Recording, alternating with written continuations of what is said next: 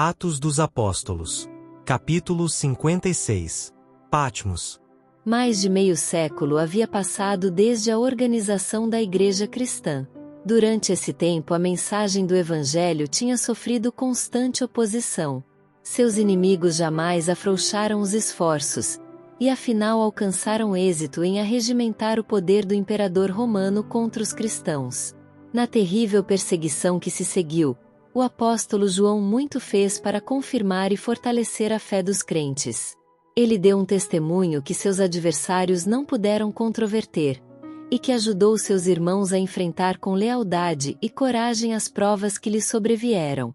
Quando a fé dos cristãos lhes parecia vacilar sob a feroz oposição que eram forçados a enfrentar, o velho e provado servo de Jesus lhes repetia com poder e eloquência a história do Salvador crucificado e ressurgido.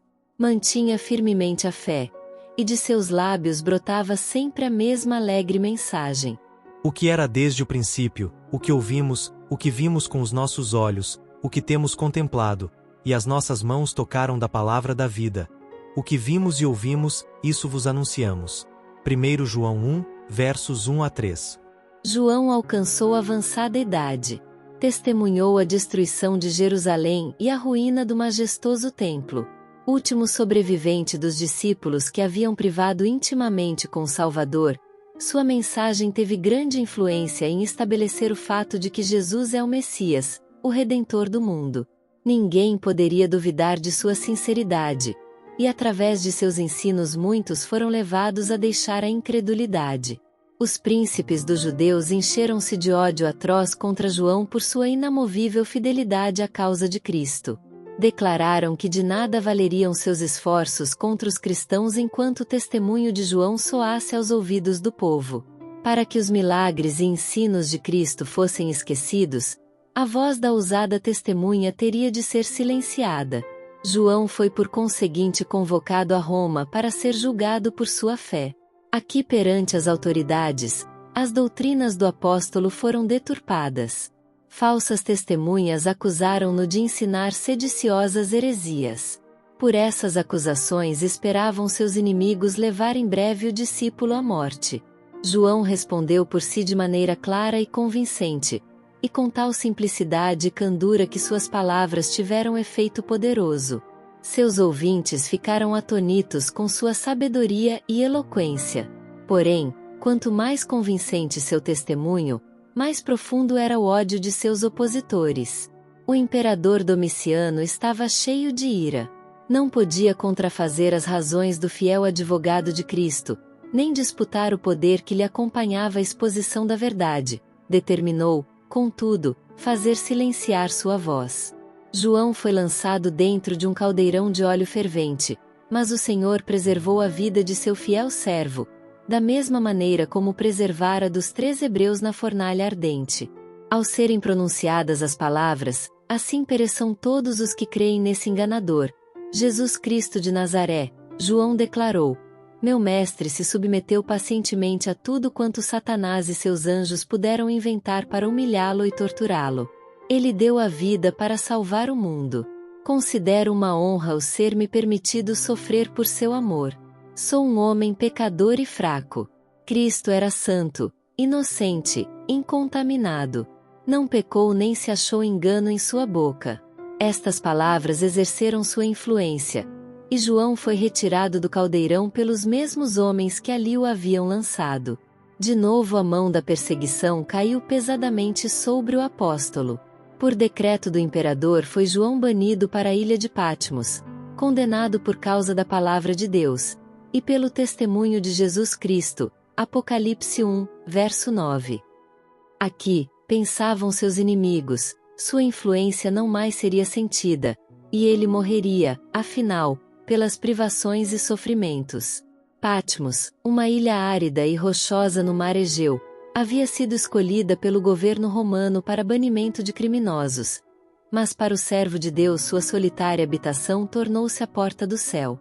Aqui, afastado das cansativas cenas da vida, e dos ativos labores dos primeiros anos, ele teve a companhia de Deus, de Cristo e dos anjos celestiais, e deles recebeu instrução para a igreja por todo o tempo futuro.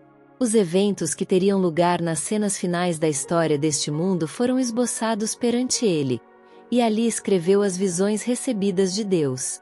Quando sua voz não mais podia testificar daquele a quem amara e servirá, as mensagens que foram dadas nessa costa desolada deviam avançar como uma lâmpada que arde, declarando o seguro propósito do Senhor concernente a cada nação da terra.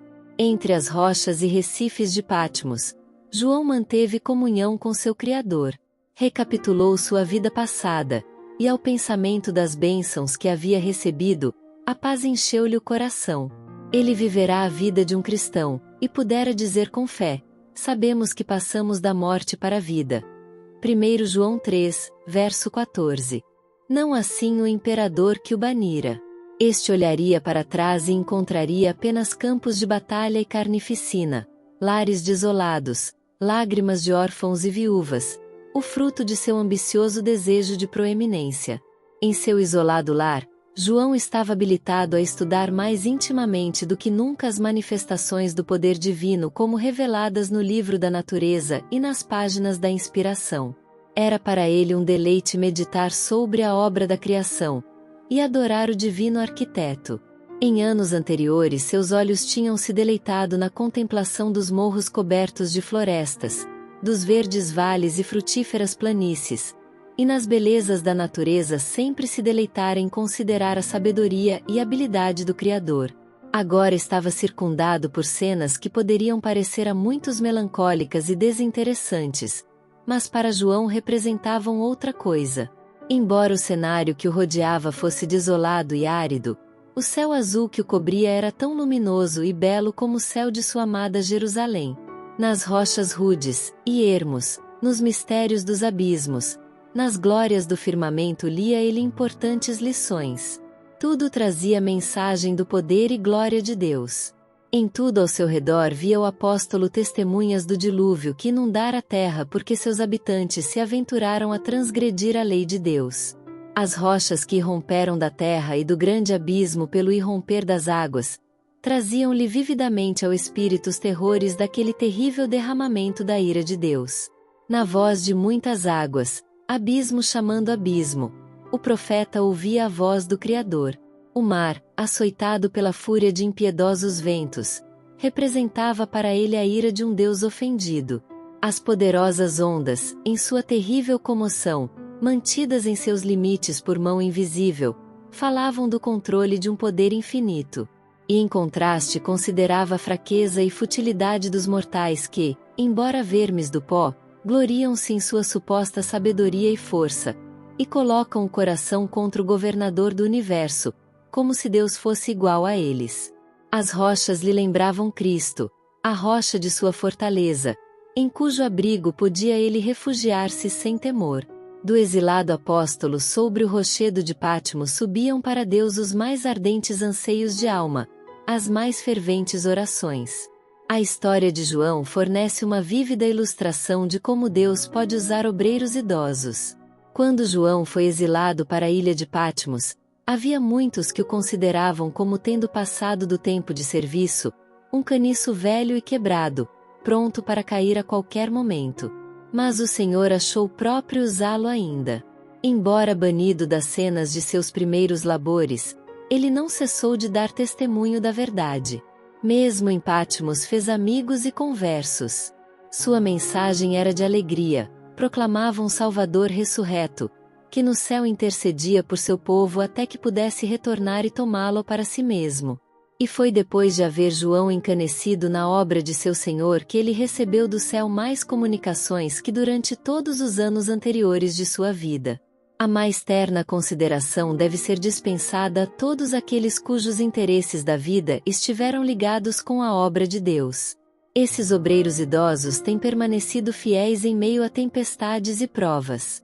Podem ter enfermidades, mas possuem ainda talentos que os qualificam para permanecer em seu lugar na causa de Deus. Embora gastos, incapazes de levar os encargos mais pesados que os mais jovens podem e devem levar, seus conselhos são do mais alto valor. Podem eles ter cometido erros, mas de suas falhas aprenderam a evitar erros e perigos, e não são ainda assim competentes para dar sábios conselhos? Suportaram provas e aflições, e embora tenham perdido parte de seu vigor, o Senhor não os põe de lado. Ele lhes dá especial graça e sabedoria. Os que serviram seu mestre quando a obra era difícil, que suportaram a pobreza e permaneceram fiéis quando poucos havia ao lado da verdade, devem ser honrados e respeitados. O Senhor deseja que os obreiros mais jovens ganhem sabedoria, fortaleza e maturidade pela associação com esses homens fiéis. Que os homens mais jovens sintam que ter entre eles tais obreiros lhes representa um alto favor. Deem-lhes um lugar de honra em seus concílios. Quando os que gastaram sua vida no serviço de Cristo se aproximam do fim de seu ministério terrestre, são impressionados pelo Espírito Santo a referir as experiências que tiveram em relação com a obra de Deus. O relato de seu maravilhoso trato com seu povo, de sua grande bondade em livrá-lo das provas, deveria ser repetido aos recém-vindos à fé. Deus deseja que os velhos e provados obreiros permaneçam em seus lugares, fazendo sua parte para livrar a homens e mulheres de serem varridos pela poderosa corrente do mal, e deseja que conservem a armadura até que lhes ordene depô-la. Na experiência do apóstolo João sob a perseguição, há para o cristão uma lição de maravilhosa fortaleza e conforto. Deus não impede a trama dos ímpios, mas faz que suas armadilhas contribuam para o bem daqueles que em prova e conflito mantêm sua fé e lealdade. Não raro o obreiro do Evangelho efetua sua obra em meio a tempestades de perseguições, oposição atroz e acusações injustas. Em tais ocasiões lembre-se ele de que a experiência por alcançar na fornalha da prova e da aflição paga todas as penas de seu preço. Assim traz Deus seus filhos próximo de si, para que lhes possa mostrar sua fortaleza e a fraqueza deles. Ele os ensina a arrimarem-se nele. Dessa forma prepara-os para enfrentar as emergências, ocupar posições de responsabilidades e realizar o grande propósito para o que lhes foram dadas as faculdades. Em todas as épocas as testemunhas designadas por Deus se têm exposto às perseguições e ao desprezo por amor à verdade. José foi caluniado e perseguido por haver preservado sua virtude e integridade. Davi, o mensageiro escolhido de Deus, foi caçado como um animal feroz por seus inimigos. Daniel foi lançado na cova dos leões por ser leal ao seu concerto com o céu. Jó foi destituído de suas posses terrestres e ferido no corpo de tal maneira que o desprezaram os próprios parentes e amigos. Contudo manteve sua integridade. Jeremias não pôde ser impedido de falar as palavras que Deus lhe ordenara, e seu testemunho de tal maneira enfureceu o rei e os príncipes que o atiraram num poço asqueroso. Estevão foi apedrejado por haver pregado a Cristo, e este crucificado. Paulo foi encarcerado, açoitado, apedrejado e finalmente entregue à morte por ter sido fiel mensageiro de Deus aos gentios. E João foi banido para a ilha de Patmos por causa da palavra de Deus, e pelo testemunho de Jesus Cristo. Apocalipse 1, verso 9. Esses exemplos de humana firmeza dão testemunho da fidelidade das promessas de Deus, de sua permanente presença e mantenedora graça. Testificam do poder da fé para enfrentar os poderes do mundo. É obra de fé repousar em Deus na hora mais escura, sentir, embora dolorosamente provado e sacudido pela tempestade, que nosso Pai está ao leme. Somente os olhos da fé podem ver para além das coisas temporais e apreciar com acerto o valor das riquezas eternas. Jesus não oferece a seus seguidores a esperança de alcançar glórias e riquezas terrestres, de viver uma vida livre de provações. Ao contrário, chama-os para segui-lo no caminho da abnegação e ignomínia. Aquele que veio para redimir o mundo sofreu a oposição das arregimentadas forças do mal.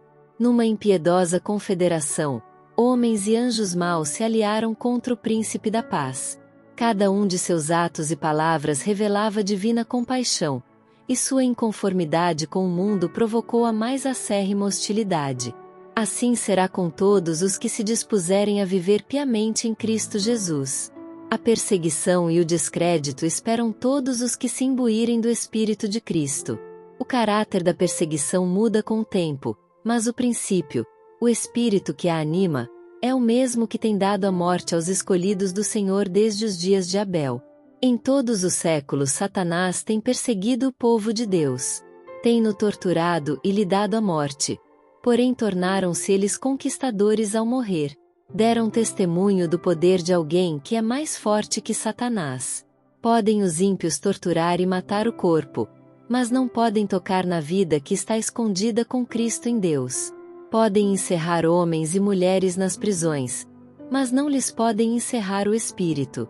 Mediante provas e perseguições, a glória, o caráter de Deus se revela em seus escolhidos. Os crentes em Cristo, odiados e perseguidos pelo mundo, são educados e disciplinados na escola de Cristo. Na terra andam em caminhos estreitos, são purificados na fornalha da aflição. Isaías 48, verso 10. Seguem a Cristo através de penosos conflitos, suportam a abnegação e passam por amargos desapontamentos. Mas deste modo aprendem o que significam a culpa e os ais do pecado, e olham para ele com repulsa. Tendo sido participantes das aflições de Cristo, podem contemplar a glória além da obscuridade, dizendo: Tenho por certo que as aflições deste tempo presente não são para comparar com a glória que em nós há de ser revelada. Romanos 8, verso 18.